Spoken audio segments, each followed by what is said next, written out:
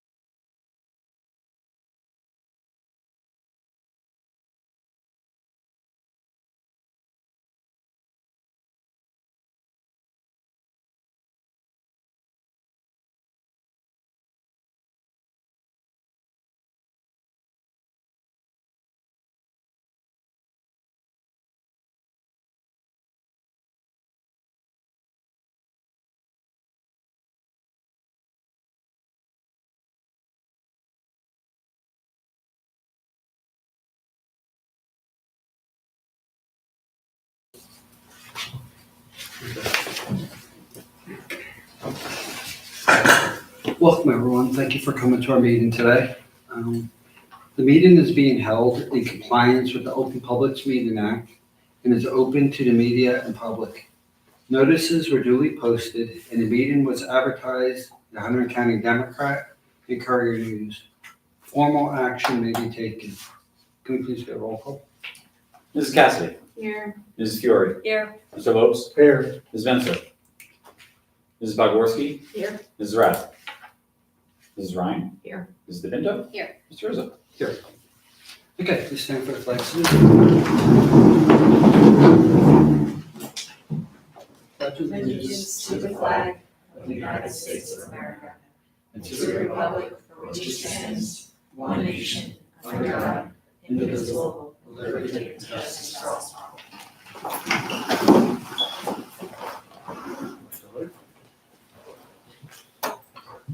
Thank you, Mr. Rizzo. Good evening, everyone. Tonight for my superintendent's report, I have two presentations as well as a few announcements. Matt, if I could ask you to bring up the district goals presentation on the screens. And if I could trouble you to bring the clicker this way, it'll save us like 10 minutes for me to get across the room with my crutches. Thank you, I appreciate it. So around this time every year, I make a preliminary report. I know it's not quite the end of the school year. We still have 2 months left of the school year, but progress toward district goals. An opportunity for us to take stock in the work that we've accomplished over the course of the year. And the second goal with the district goals is that it helps the board to be informed when it comes time to do the superintendent evaluation as well, which we kick off tonight. I found this quote about transitions should be marked, milestones commemorated, and pits filled, and that's the essence of thinking in moments. Those of you who recall the beginning of the school year, the welcome back in September, you'll know that the inspiration for this school year was Chip Heath's book, The Power of Moments. And I found this quote because I think what today's presentation does is it commemorates the moments of triumph and accomplishment that the district had over the course of the school year. So if you think about the welcome back, we talked about the power of moments, and we talked about building meaningful moments over the course of the school year. And I did the math, and there are, over the course of a 181-day school year, 76,020 memorable moments or opportunities for teachers and staff to create memories for kids. What I believe this presentation does is it commemorates all of the work we've done over the course of the school year. So think about it. Those of you who were there back in September, 76,000 moments sounded like a lot, but we're more than 3/4 of the way through. So we've accomplished a lot over the course of the year. And then these are just some pictures from our welcome back from September. So I'll begin with a few reflections. This year, our 3 strategic goals were summarized, and this demonstrated significant achievement for the district over the past 5 years. We set our goals back in 2020, and even through the pandemic, we were able to be tethered to our goals with significant achievements in the areas of partnerships, inquisitive learning, and social awareness. The academic goals that we've set have shown positive progress of growth of our students, but even progress toward working with students and special populations like our multilingual learner population, students that have reading disabilities. Our communication enhancements, hi Michelle, our communication enhancements were made through S'more's newsletters and even print media, advertising the great work that the district does through the Chronicle, through our newsletters, as well as the Township newsletter. And hugely successfully for the board, a referendum project or referendum vote took place in February that includes, I think Jason, I have it right, over 80 projects district-wide, which is a huge accomplishment for this board, with a vote to happen in November.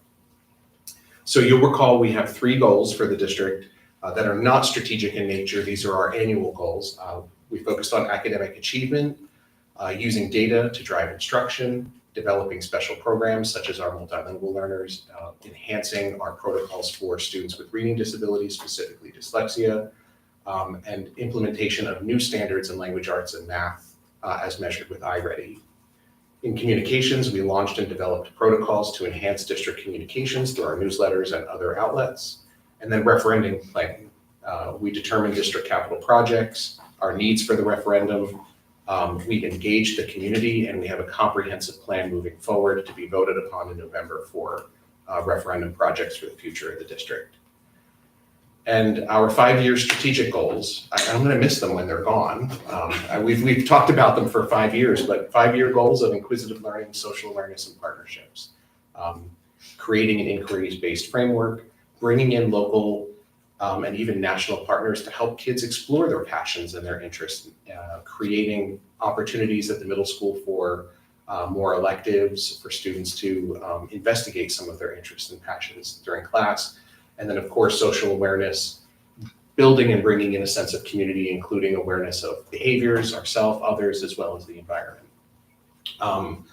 So just a brief update on some of our progress. Our academic achievement goal is connected to the academic achievement board goals. So the nice thing is all of our goals talk to each other. The district sets goals, the board sets goals, and then the principals and supervisors and administration will tell you they use those goals to inform their goals for their evaluations every year.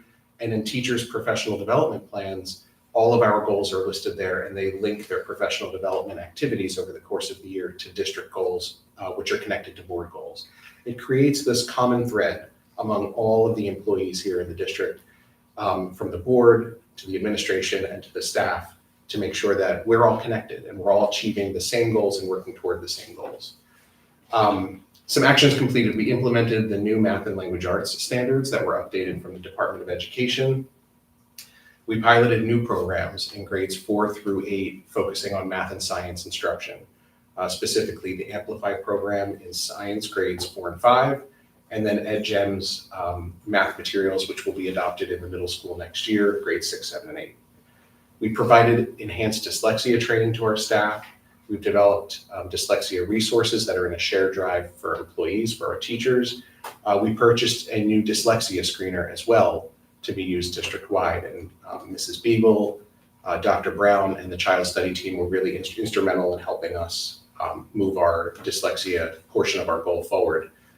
We continued providing training for sheltered instruction to provide enhanced learning for our multilingual learning population.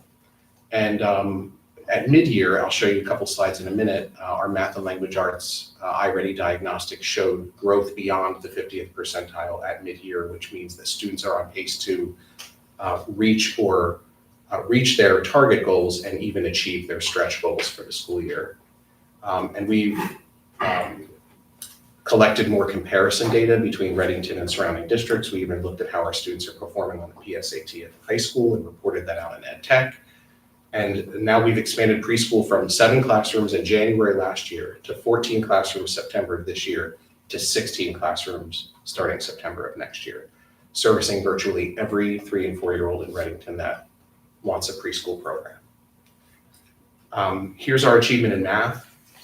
The progress toward annual typical growth, the median. Mid-year through the school year, we would expect 50% to be the median growth for a student by mid-year. So a child should grow about halfway through the school year. So there's about 50% learning that happens from September to January. We've exceeded the 50% typical growth benchmark with 61% of students making progress. This is aggregated across the entire district K through 8. And then similarly in the language arts, again, we would project that 50% growth would be the target mid-year. We have 89% growth. We are on pace to show in both academic and reading, as well in math, that our achievement can and should go beyond 100% by the time we get to the end of the year, which means students are achieving what their typical growth would be, which is 1 year of growth in 1 year. But if it's above 100%, that means that students have made 1 year growth and then beyond that 1 year of growth in 1 year. So anything above 100% by the end of the year means that students are closing achievement gaps and they're meeting their stretch growth targets, which is great. Our communication goal, again, it's connected to a board goal, which was communications. We've developed a new newsletter format through SMORE. We now have more community outreach with the Chronicle, which is a local newspaper, as well as the Township newsletter. We've even worked with the Township to get our board briefs and announcements to be pushed out through their listserv. Some of you community members may have received the local Readington Township listserv, and they'll have a blurb in there about the Board of Education meeting, and it includes links to our board briefs so the community can read about what happens at the Board of Ed meetings. I've noticed when we send board briefs out district-wide, we get about 500 or 600 viewers on the SMORE. The SMOREs can give you some data, some feedback. When the Township pushes it out, I can see and track from 600 viewers, we get 800 or 900 viewers. So there are folks in the Township who may not be connected with the schools that are able to see the board briefs, and they can see what's happening at the district level, which is really nice. New communications protocols have been put in place with the district and shared with the leadership team. Those are the SMOREs protocols. You may notice in Genesis Blasts, you'll see at the top of the Genesis Blast, bold and red, says new for any new information. That means that that's the new information in the Genesis Blast, and anything underneath are just reminders for parents, so we can really focus in on new announcements from the schools. And then the key communicators have been identified, and the meeting for the key communicators is next week. I just sent out my reminder today. It'll be in this room, and we have community members, folks from all over Readington Township coming to this meeting. I think we have about 20 participants that have confirmed. And this will be an engagement between the community and the schools to get members out there, business owners, more involved in our schools. And it'll likely include a presentation from our civics students and Mr. Charleston from the middle school about how community members can get involved, like today, if they want to be part of our civics projects and the Viking Visionaries Day. Referendum planning. Again, this was connected to the board referendum goal. A timeline of action steps were created. Community input was sought in public forums with the RTEA, with the HSA, and all staff meetings. Jason and I went and visited every faculty meeting back in the fall to solicit feedback about projects that should occur. Board tours occurred in each building. I thought that was a really great use of board members' time to come and actually see for yourself some of the projects that were proposed. A successful board resolution appeared in February, and we have over 80 projects included in the referendum. I spoke today with our communications consultant, and we talked about some plans moving forward this summer and into the fall for communications about the referendum in anticipation of a November vote. This was really a huge effort on the board's part, and I want to thank you for your work, and I want to thank Mr. Bohm for everything that he did in putting together and organizing all of the projects, the presentations, the website.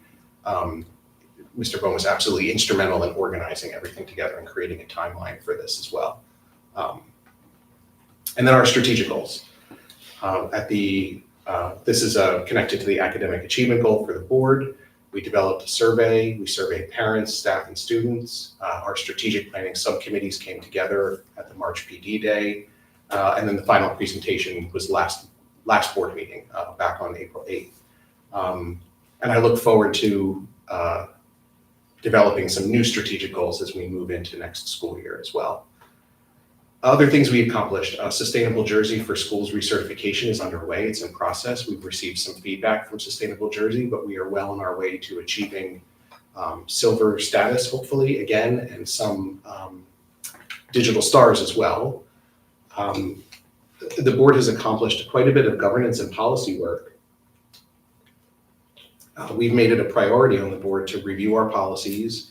Thanks to Mrs. DePinto and the policy committee, and everybody that's reviewing our policies, and we've revised some of the orientation protocols for new board members as well. So we've done a lot with governance. We had some presentations about Robert's rules, and I think that's good. It keeps us a highly functioning board.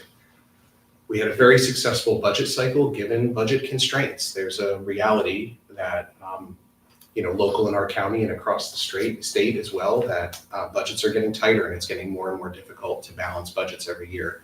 But thanks to the board and to Mr. Bohm and some careful planning, we were able to tonight vote on a successful budget.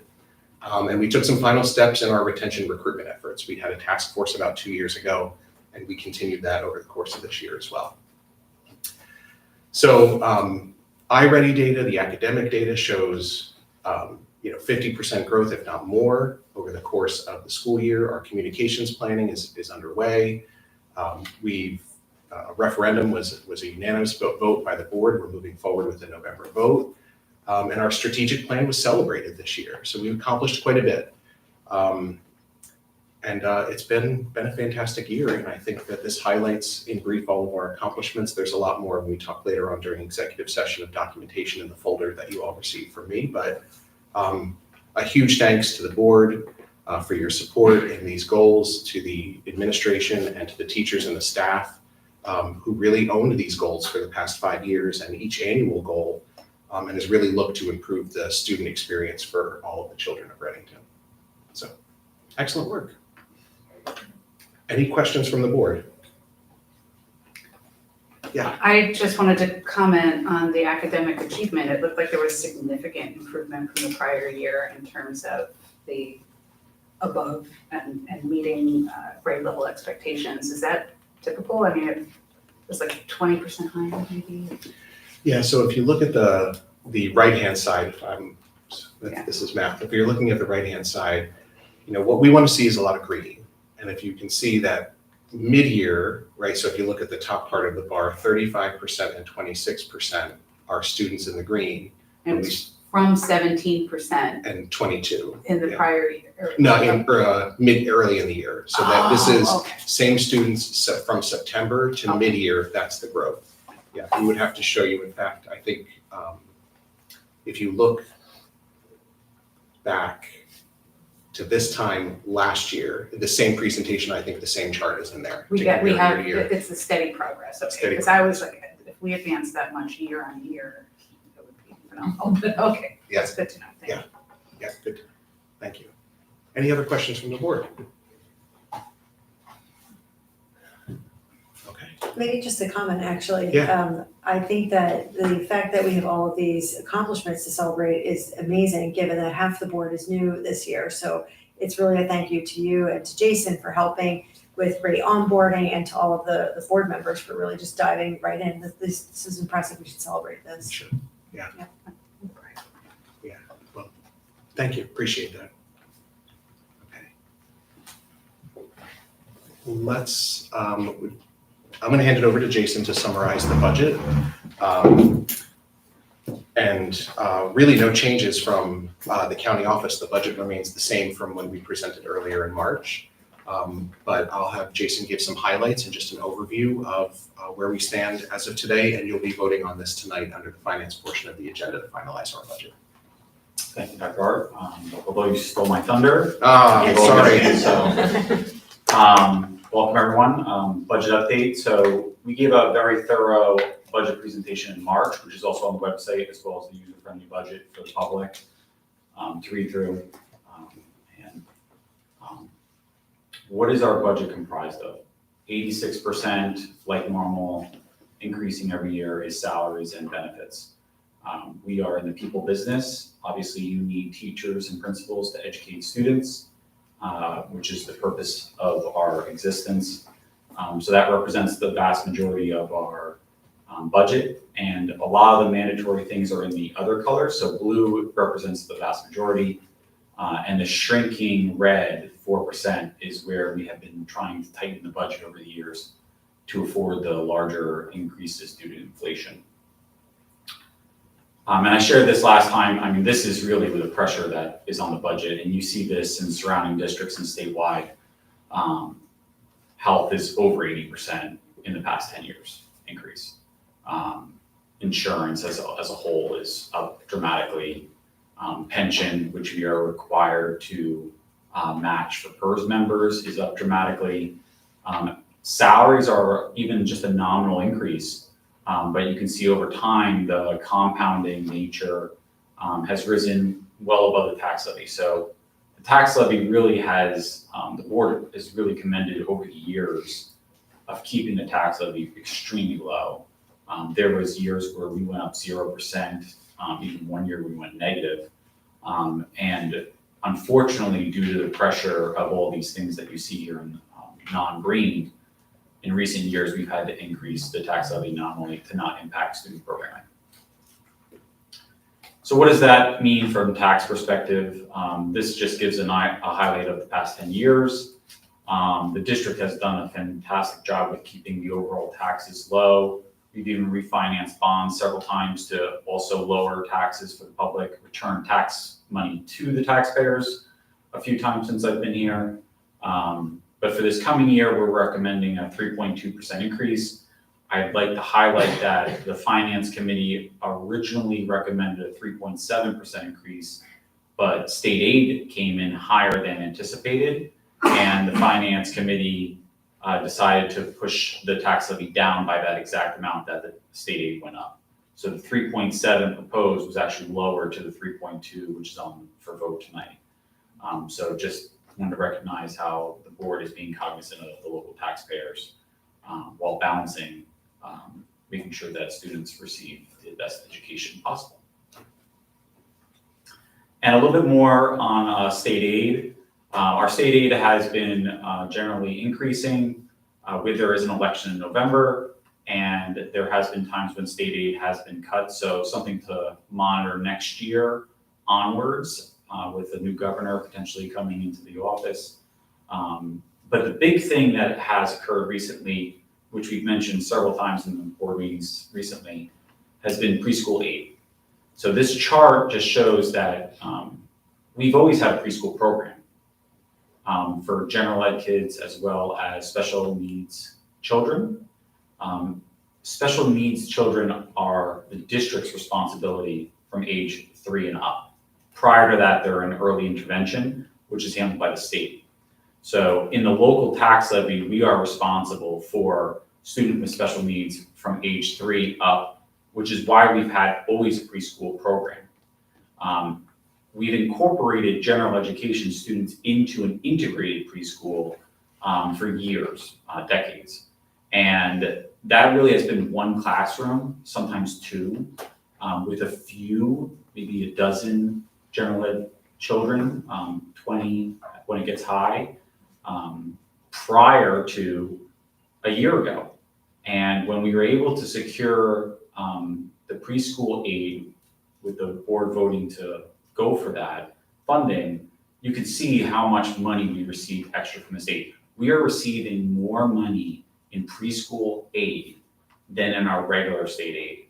And all of that money is going directly to servicing preschool age families in the community who now can have preschool for free. And we've scaled up, as Dr. Hart mentioned, from basically 1 or 2 classrooms to 16 classrooms next year, servicing close to 90% of our universe. What has also happened is we still need to provide an education for the 3 and 4-year-olds with special needs. But I wanted to show this chart that because of the state aid, we've been able to reduce the impact on the local tax levy for the students that are special needs that are integrated into the general ed classrooms. So you can see the number had been escalating, and in recent future budgets, we have it declining, and we're hoping to decline that number further moving forward.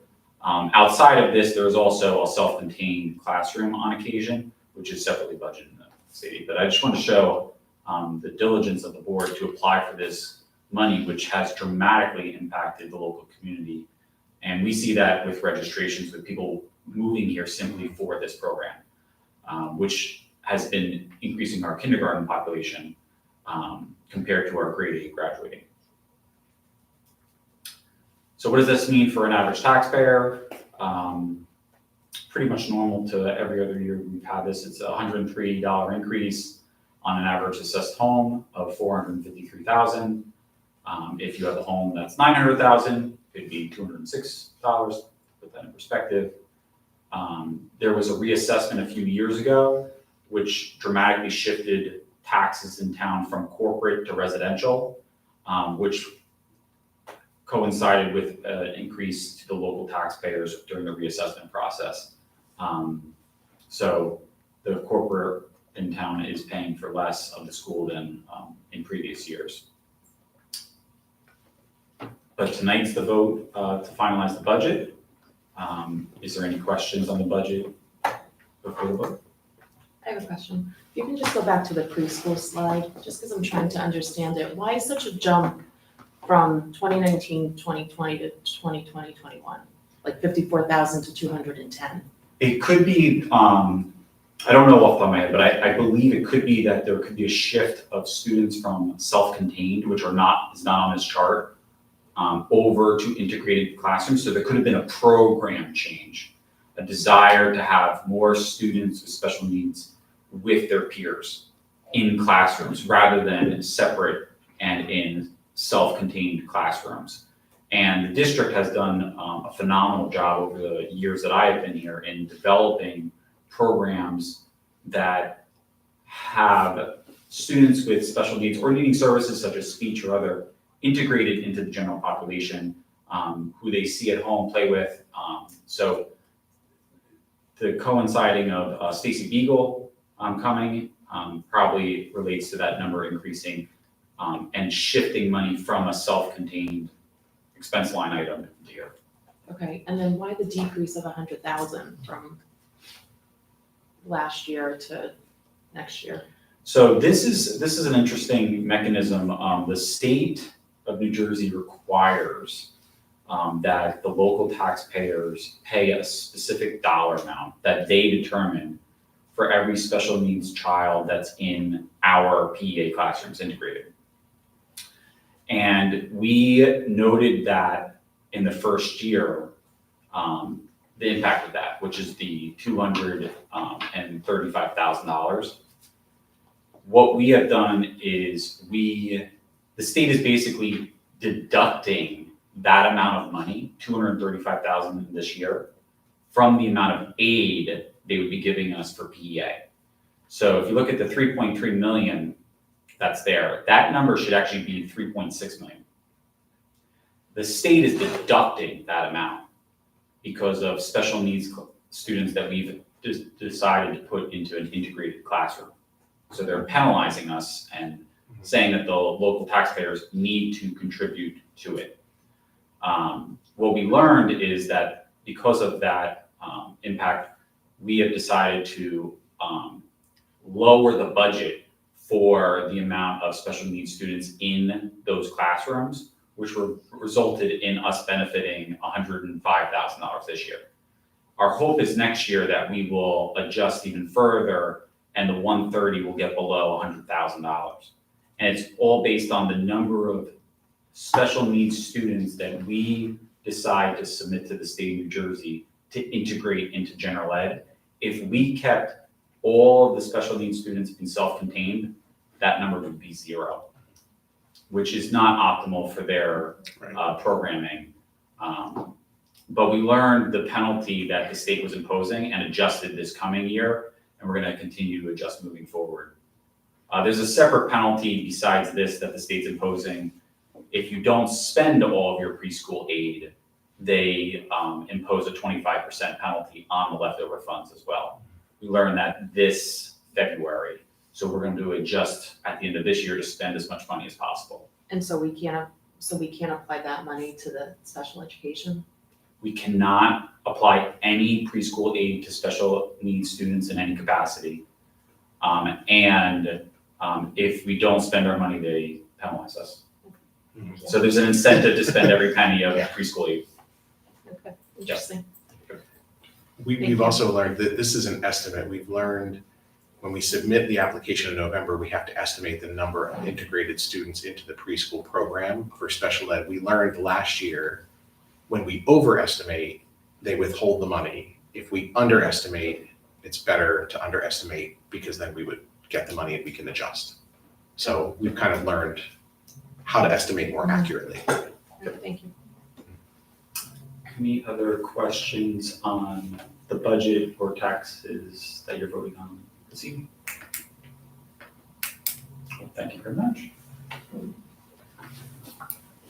Thanks, Jason.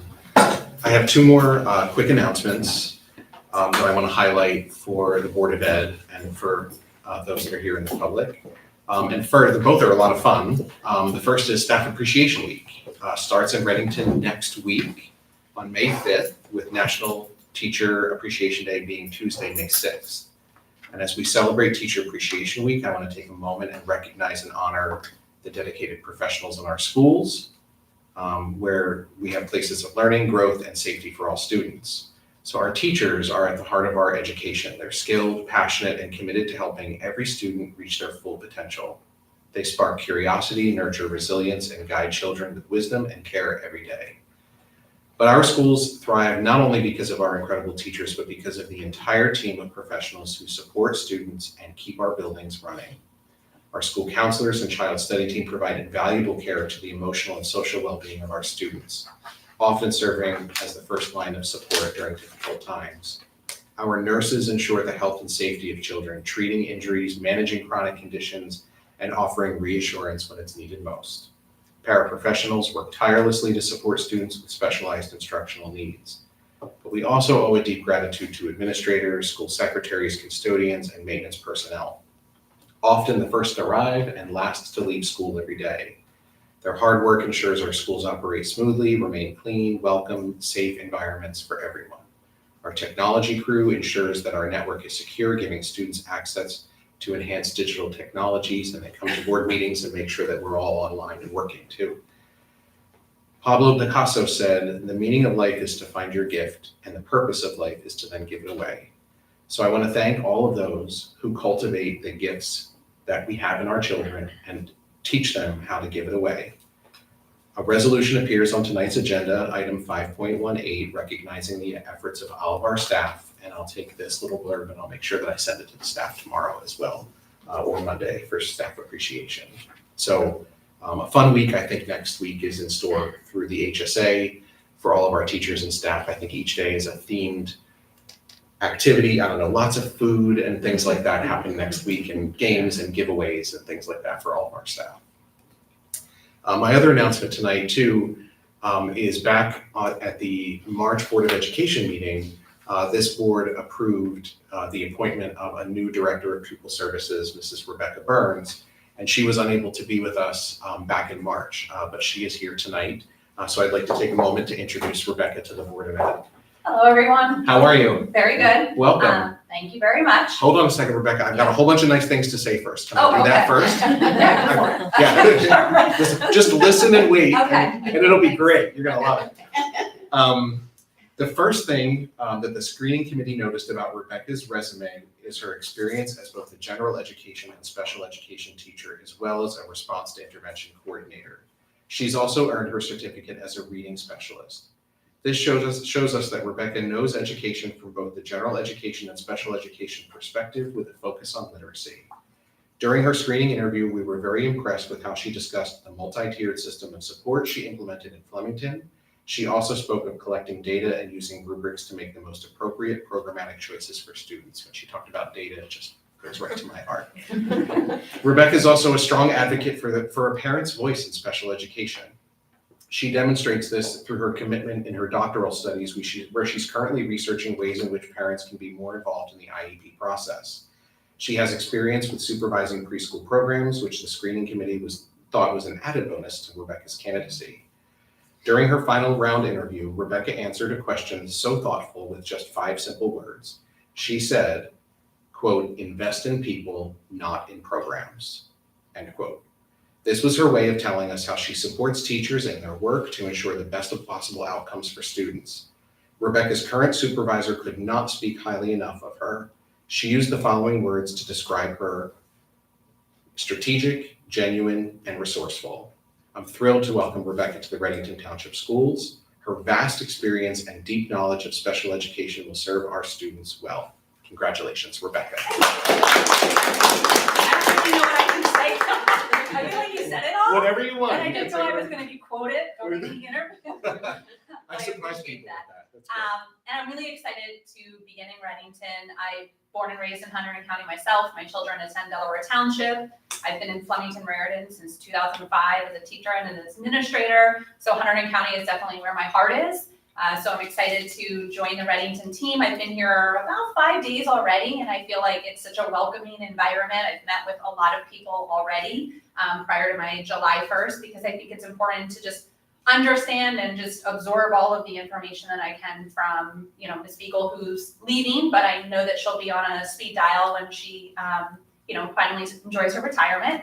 But I'm excited also because I think it's a perfect time to start as a new director with this new strategic planning coming up. I'm excited to be part of that and to carry on that work for the next 5 years. So I'm very excited to start July 1st. Thank you. Thank you, Rebecca. Welcome. That concludes my superintendent's report. I'll turn it back over to you, Mr. Rizzo, for any questions from the board or anything like that. Okay, excellent. Thank you, Dr. Hart. Yeah, you're very welcome. Okay, our next item on the agenda is public comments. It's for items that are on the agenda. There'll be another section for public comments for anything on or off the agenda later on. So does anyone wish to make any public comments?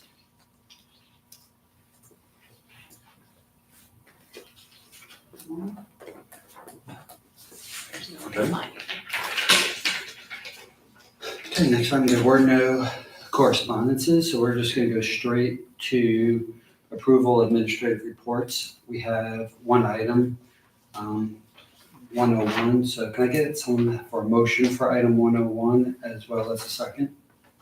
Motion, Justina. Second. Okay. Any comments? Okay, get a roll call, sir. Mrs. Cassidy. Yes. Mrs. Fiore. Yes. Mr. Lopes. Yes. Ms. Menzer. Yes. Ms. Bogorski. Yes.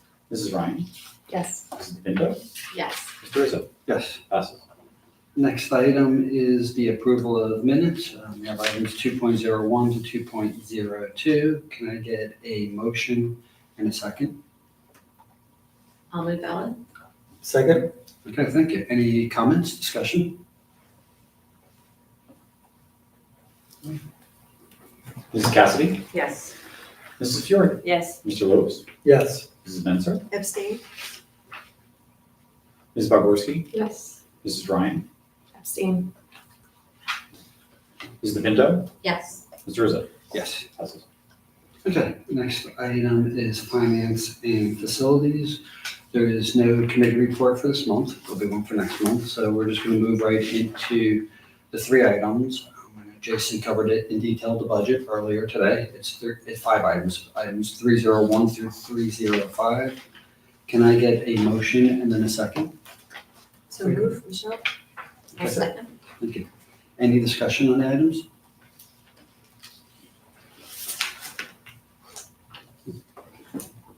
Mrs. Cassidy. Yes. Mrs. Fiore. Yes. Mr. Lopes. Yes. Mrs. Menzer. Yes. Mrs. Bogorski. Yes. Mrs. Ryan. Yes. Mrs. Pinto. Yes. Mr. Rizzo. Yes. Passes. Next item is Ed Tech. Once again, no committee report for this month. We have 4 items, 401 through 404. Get a motion and then a second. Motion? I'll second. Any discussion? Okay. Mrs. Cassidy. Yes. Mrs. Fiore. Yes. Mr. Lopes. Yes. Mrs. Menzer. Yes. Mrs. Pegorski. Yes. Mrs. Ryan. Yes. Mrs. DePinto. Yes. Mr. Rizzo. Yes. Next item is personnel. We do actually have a committee report that Carolyn will be reading out. There are 21 items allowed. So before we do the committee report, can I get a motion and a second on the 21 items? I'll move Ellen. Second? Okay, Carolyn? Yes, so we met last Friday, April 25th, and we discussed a personnel matter, administrative structure, shared services agreement for the business department, and additional staffing updates. And the agenda items are new hires, resignations, renewal of contracts, and transfers. At the time of the notes, it was TBD for the next meeting, but I think it's been set for 30th. May 30th. May 30th. Excellent, thank you. Any discussion? I have a comment. I wanted to acknowledge the resignation of Mrs. Ganguza since section 5.21 and want to thank her for her contributions to the school district. She was a sub for 2 of my daughters and has been a 5th grade teacher at Hollenbrook for the last 2 years. And I know many of her students. I wanted to acknowledge her enthusiasm and her joy that she was such a bright spot in the 5th grade hallway. And I feel like her absence will be noticed by, future Hollenbrook students. So thank you, Mrs. Ganguza, and good luck. Thank you, ma'am. Any other comments? Mr. Bell, call. Mrs. Cassidy.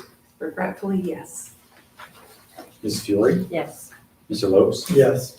Mrs. Menzer. Yes. Mrs. Pegorski. Yes. Mrs. Ryan. Yes. Mrs. DePinto. Yes. Mr. Rizzo. Yes. Passes. Next item is communication. I do know we have a report. Before we move to that, there's 3 items, 601 to 603. Can we get a motion and a second of that? I'll move Ellen. Second?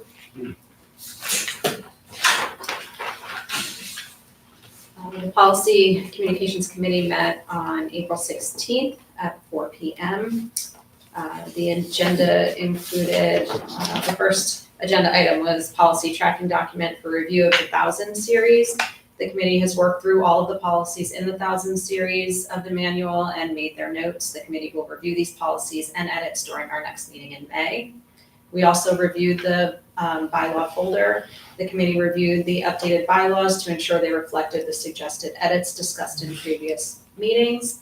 A summary of those revisions include for bylaw 0.01 adoption resolution, we just added the date and updated the address. For bylaw 0110 identification, we updated the address in there. For bylaw 0132 executive authority, no change needed and it was removed from the board agenda. For bylaw 0134 board self-evaluation, this reflects our commitment to our board self-evaluation for our own appraisal to ensure accountability to the public. For bylaw 0141, board member number and term, we added language to clarify that a vacancy shall be filled by a roll call vote of the majority of present board members. For bylaw 0142, board member qualifications, prohibited acts changed 3 years to 1 year to match state and county codes. For bylaw 0142.1 nepotism, we added language regarding per diem substitutes and student employees who are relatives of a board member or the superintendent of schools, which makes this policy consistent with the updates in code. For bylaw 0143, board member election and appointment, we removed language regarding type 2 regionalized districts and replaced remaining with present where appropriate in a few places. For bylaw 0145, board member resignation and removal, we added voluntary resignation of a board member to the list along with examples of good cause. For bylaw 0146, board member authority, we added a statement that board members shall refer all public complaints to the superintendent. For bylaw 0153, annual appointments, we added a few types of annual appointments the board can make. Examples include attendance officers, school physicians, etc. For bylaw 0155, board committees, we memorialized our current practices, listed our committees and rules of our meetings. We added a statement that recording committee meetings is prohibited and Board of Education members, current and past, shall respect the confidentiality of committee meetings. For bylaw 0164, conduct of board meeting, we added the order of our board meetings, including board actions and committee reports. For bylaw 0167, public participation in board meetings, we added the following language: in order to provide sufficient opportunity for the public to be heard, a time limit of 3 minutes for each participant may be observed, and no participant may cede their 3 minutes to another participant. Every effort will be made to allow all members of the public an opportunity to speak, not to exceed 3 minutes per person. This may be adjusted as the board president sees fit. For bylaw 0168, recording board meetings, we added the following language: that Board of Education members are prohibited from recording Board of Education meetings and committee meetings. Board of Education members, current and past, shall respect the confidentiality of committee meetings. For bylaw 0169, board member use of electronic mail and internet, we added a paragraph that states board members are reminded that as elected officials, they are held to a higher standard and bound by their oath when engaging on social media. When making posts on social media platforms, the member shall be guided by the code of ethics for school board member, regardless of the use of the disclaimer.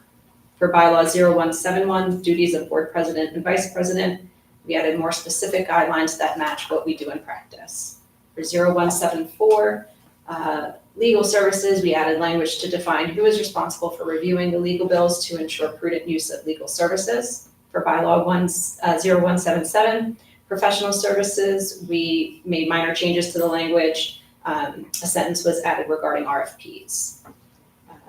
We then reviewed 3 bylaws that are to be abolished. 0131.1, Education Technology Committee, we abolished because it is included in another policy.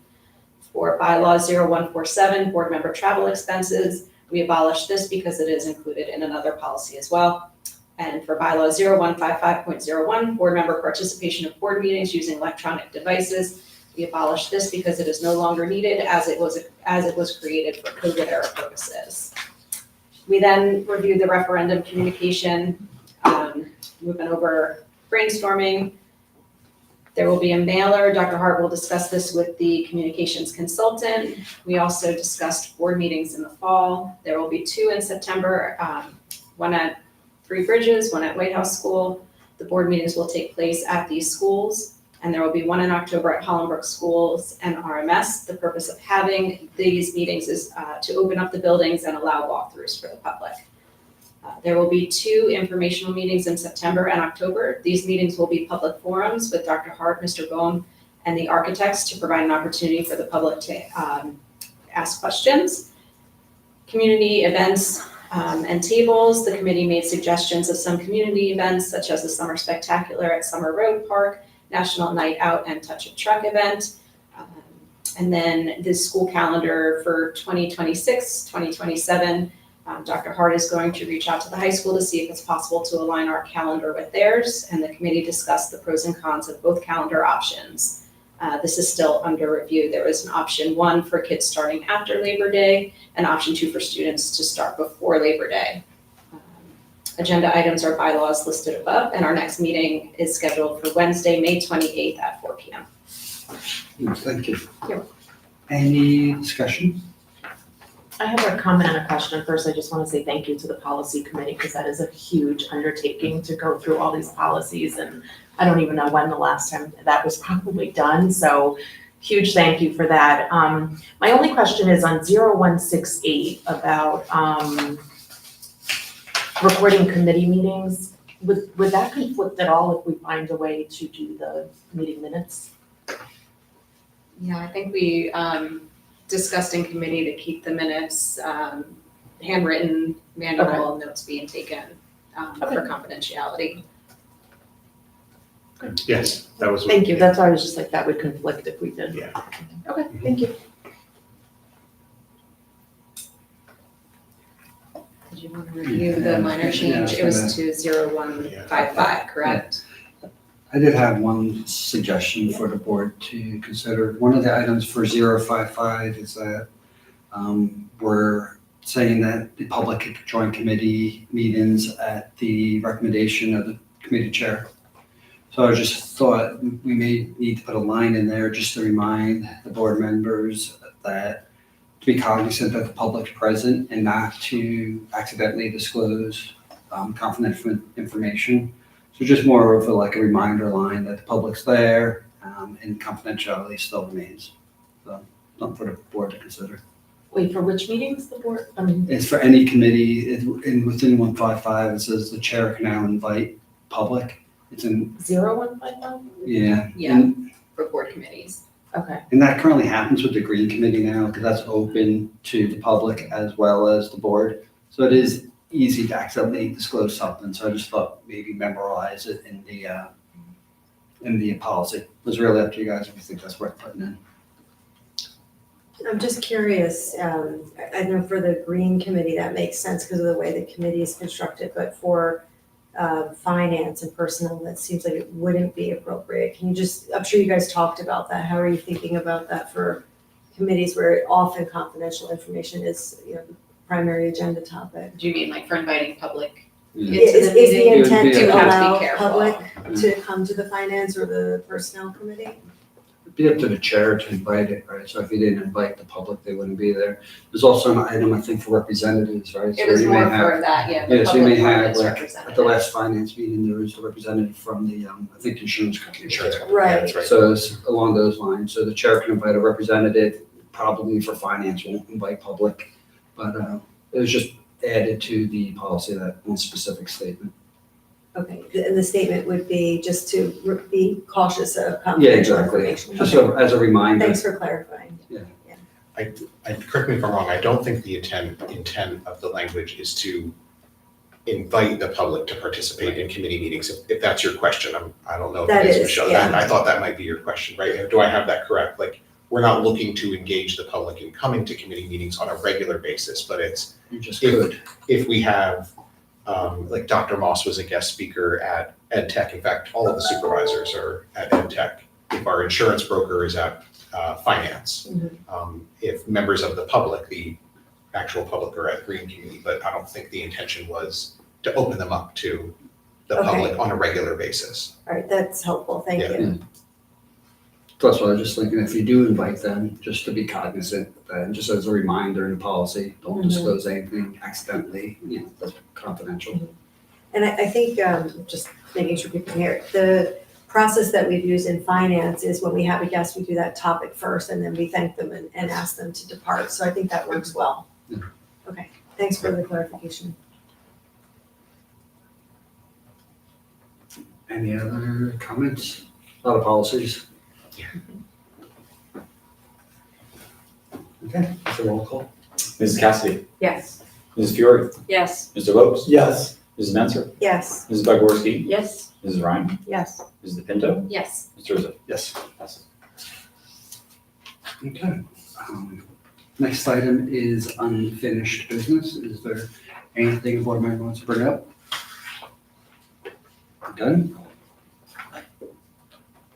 New business from the board. I don't know if there's any delegate reports? Yes. Okay. I have a report from the Garden State Coalition of Schools meeting from April 23rd. Victor R. McDonald was present from the New Jersey Council on Local Mandates. And this is a little-known committee that's formed from nonpartisan appointments from the governor and other judicial nominations. They're unpaid, they have judicial powers without judicial oversight. Basically, what they're there for is if, in our circumstance, if a board or a superintendent or municipality identifies a state mandate that has been issued, if there is not adequate funding for that, you can submit a complaint and to this committee and they will review it. They said it doesn't happen often. In 29 years, there's only been 25 challenges and 9 of them resulted in a nullification of the law. It's very effective as a deterrent power and it's not common in other states, but they wanted to make sure that we were all aware of it because some of the examples of the challenges that have gone forward was around radon testing in school. Seems like a great idea, But a bunch of districts went through and did all of this testing, and then it was challenged, and it turned out it should have been funded by the state. Same with HIB initiatives, special education service expansions to 3-year-olds, charter school funding. There was a lot of these state mandates that were coming through without funding. So it's something for us to be aware of. Their advice was, it's better to hold off and challenge than spend the money because you will never get that money back. So that is my report for today. Thank you, Pam. Sure. Any comments? Okay, the next item is the second. I'm sorry, Mr. President, can I interrupt for Yeah. just 1 second?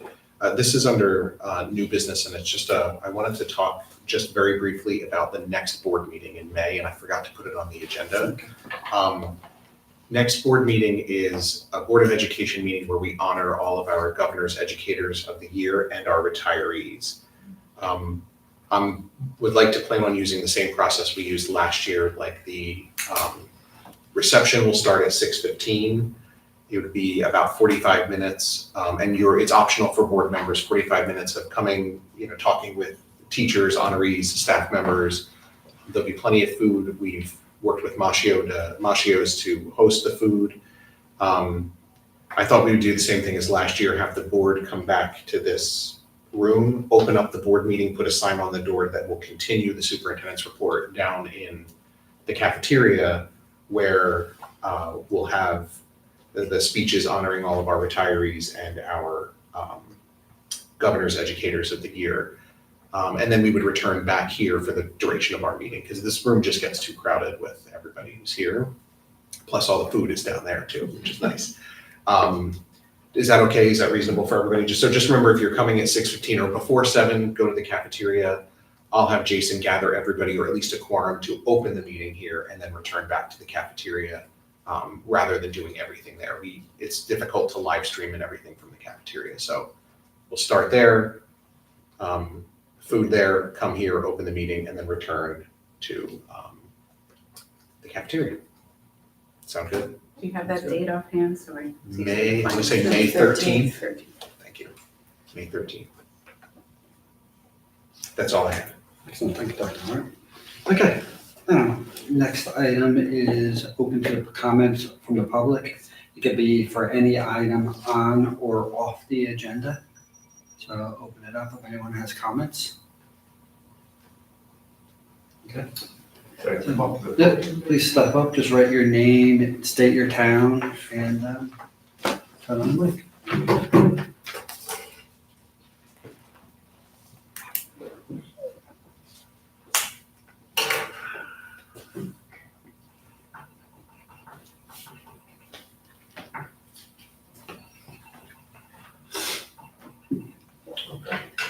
Good evening. My name is Mike Kim. I live here in Reddington.